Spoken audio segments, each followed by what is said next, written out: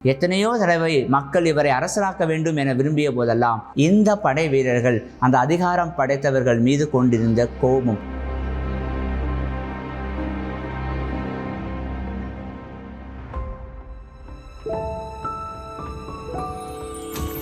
எல்லாம் உனக்காக.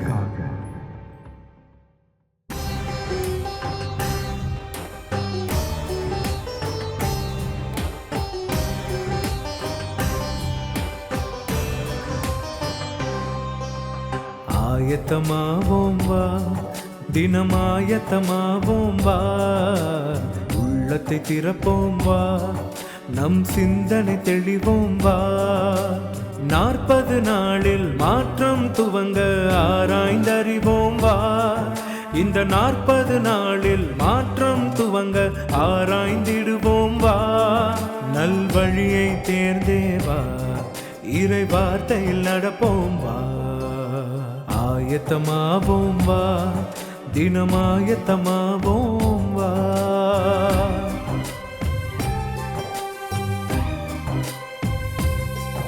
இந்த முடி சூட்டுதல் என்பது அங்கே பழைய ஏற்பாட்டு காலத்தில் பரவலாக காணக்கூடிய ஒரு நிகழ்வாக இருக்கிறது.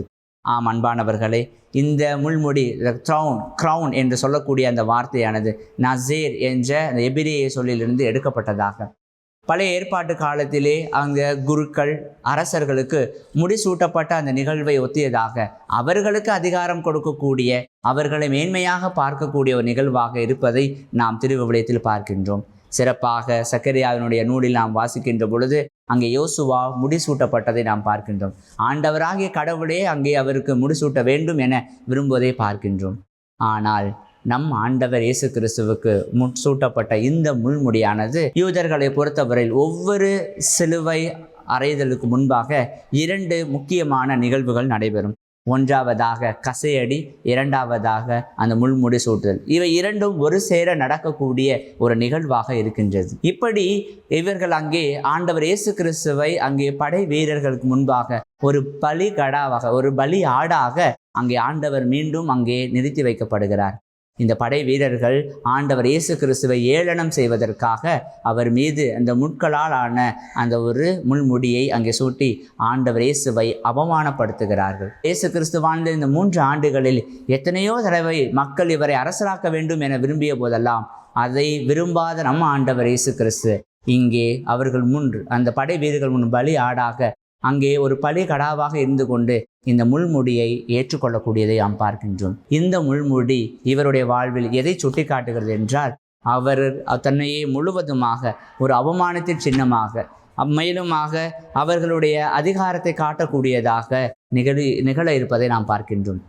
இங்கே அந்த படை வீரர்கள் முன்பு பலிகடவாக நின்று கொண்டிருக்கிற நம் ஆண்டவர் இயேசு கிறிஸ்து ஏன் ஆண்டவர் இயேசு கிறிஸ்துவுக்கு இந்த முள்முடியை சூட்டுகிறார் என்றால், இந்த படை வீரர்கள் அந்த அதிகாரம் படைத்தவர்கள் மீது கொண்டிருந்த கோபம், வெறிச்சல், எப்படி தன்னுடைய கோபத்தை வெளிக்காட்டுவதென தெரியாமல் இங்கே ஆண்டவர் இயேசு கிறிஸ்துவை அவர்கள் கையில் ஒப்படைக்கப்படும் பொழுது அங்கே அவர்கள் அனைத்தையும் செய்யக்கூடியவர்களாக நாம் பார்க்கின்றோம்.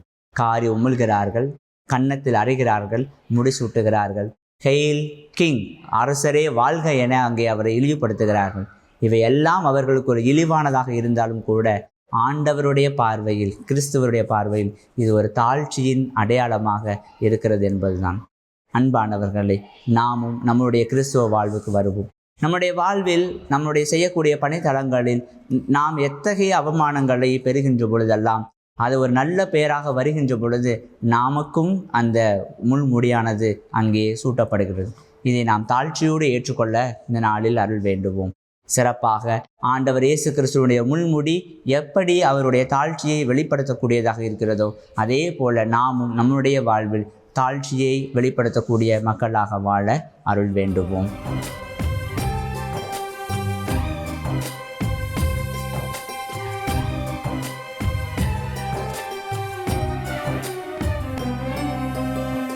சாம்பல் பூசி சரணடைவோம், ஒற்றுமையாய் ஜெபித்திடுவோம், ஆற்றல் வேண்டி தவம் இருப்போம், உறுதியோடு நிலைத்திருப்போம், ஏழ்மை மாற உதவிடுவோம், உறவை காக்க முடிவெடுப்போம், வேதம் கூறும் வழி நடப்போம், இறைவனிலே இணைந்திருப்போம். ஆயத்தமாவோம், நாம் ஆயத்தமாவோம், ஆயத்தமாவோம்.